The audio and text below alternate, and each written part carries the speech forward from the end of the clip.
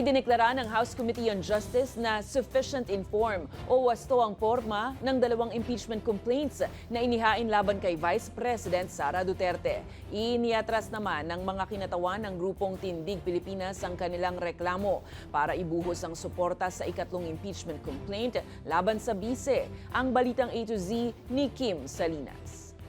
Lahat ng sangkot!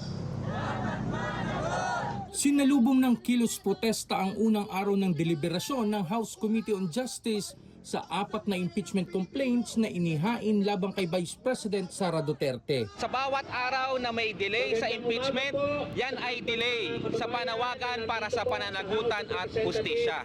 Ito ay usapin ng malawakang paggastos ng pera ng bayan.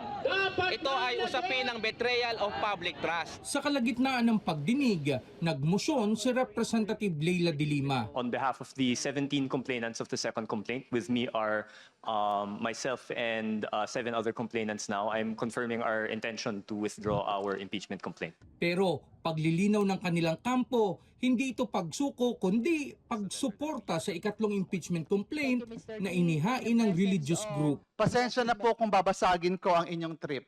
Mas pinadadali nga po natin ang pag-i-impeach sa kanya. With one less complaint, we are now expediting Vice President Sara Duterte's long-delayed Day of Accountability. Tiniyak naman ng chairperson ng House Committee on Justice na si Batangas Representative Jerbil Luistro na magiging maayos at procedural ang deliberasyon. So, my dear colleagues, let us discharge this duty. Walang shortcut. Walang paunang paghuhusga.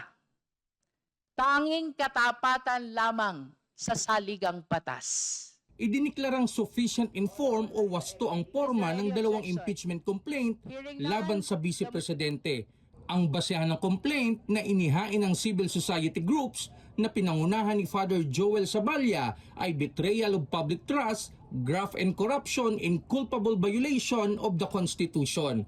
Kaugnay ito sa umano'y maanumalyang paggastos ng 612 million pesos confidential funds. Habang ang reklamong inihain ng abogadong si Nathaniel Cabrera ay kaugnay naman sa umano'y hindi maipaliwanag na yaman ng ikalawang Pangulo. Gayon din ang hindi pag-disclose ng kanyang mga ari-arian sa Statement of Assets, Liabilities and Net Worth o SALN. Para sa Balitang A to Z, Kim Salinas.